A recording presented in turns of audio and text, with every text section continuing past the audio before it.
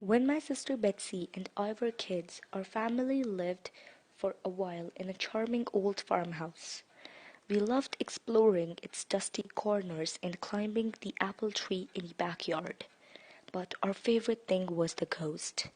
We called her Mother because she was so kind. Some mornings, Betsy and I would wake up and on each of our nightstands we would find a cup that hadn't been there the night before.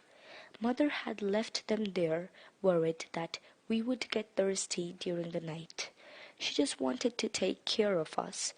Among the home's original furnishings was an antique wooden chair which we kept against the back wall of the living room. Whenever we were preoccupied watching TV or playing a game, Mother would inch that chair forward across the room toward us. Sometimes she would manage to move it all the way to the center of the room. We always felt sad putting it back against the wall. Mother just wanted to be near us. Years later, after long we'd moved out, I found an old newspaper article about the farmhouse's original occupant, a widow.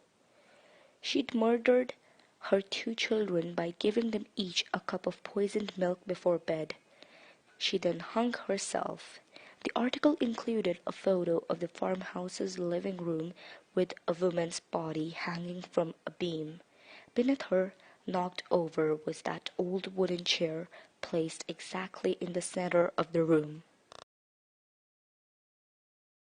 My mother always complained that she had a lot of nightmares, but she would never say what her dreams were about. One day, while we were all at the mall, I suggested that she wait in the food court while I was getting our food. When I returned with our meals, she had a strange look on her face, so I asked her if she was okay. She said she was fine, so we finished our meals and left. As we were riding down the escalator to leave, I turned to walk to my mother and I almost had a heart attack because standing behind her was a man in old-fashioned clothing holding one of my mother's shoulders and looking at me with a very angry expression. She saw the shock on my face right away and shouted at me asking what was wrong. When I told her what I had seen, she started crying and said, "You just described the man that tries to kill me every night in my nightmares." My grandmother lived with my family during the last months of her life. She died on the sofa in our house one Sunday night. The following week I started to see someone in white passing through the house occasionally, and when I went looking for them, there was never anyone there. My sister claimed that she actually saw physical forms.